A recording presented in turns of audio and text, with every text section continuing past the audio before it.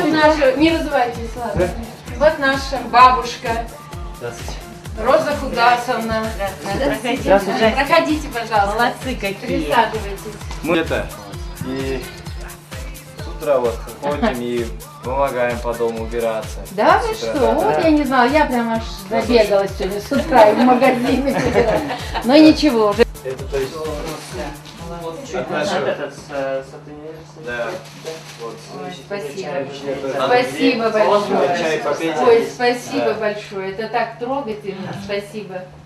Да, молодцы, девки, молодцы. Ну вот, ну кратко скажу, это вот Да. моя мама, ей 97 лет, она участница войны, она в 41 году закончила Ростовский медицинский институт. Она до конца войны работала врачом в военном госпитале, вблизи линии фронта.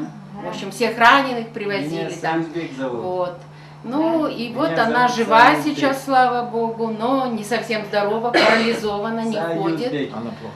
Плохо и слышит, плохо видит, но мы планируем, вот разрешите вам представить, это Петра Шагинян, посол, почетный консул Республики Армения в Кыргызстане, Татьяна Михайловна Воротникова, Очень приятно. моя сотрудница, это ее дочь Полина, вот они пришли навестить, потому что наша мама, моя мама, армянка по происхождению.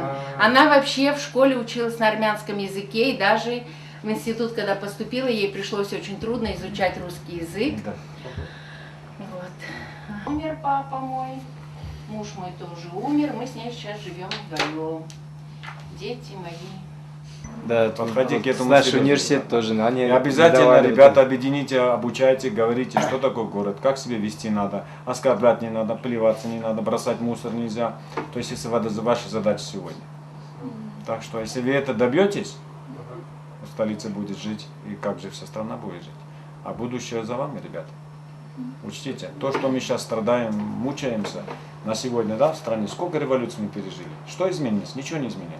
Вот вам это урок. Вы сейчас это исчерпаете в себе, через себя пропускайте, завтра будете знать, как страну поднимать. Так что вот эти люди нам оставили вот сегодня то, что мы имеем и дышим благодаря их.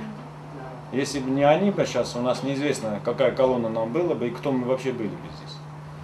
Поэтому вам, флаг вам в руки, ребята, мы всегда приветствуем такие организации, тем более, если она благое имеет вот такое направление, говорит, мы готовы память почистить, а сейчас думаю, неужели у нас Такое проснулись, ребята, ну молодцы, просто представьте себе, сколько союзников будете в ряды ваших иметь. Хотя они не молодые, но все равно придем поддержим, все равно придем поддержим. Так что вам успехов, ребята.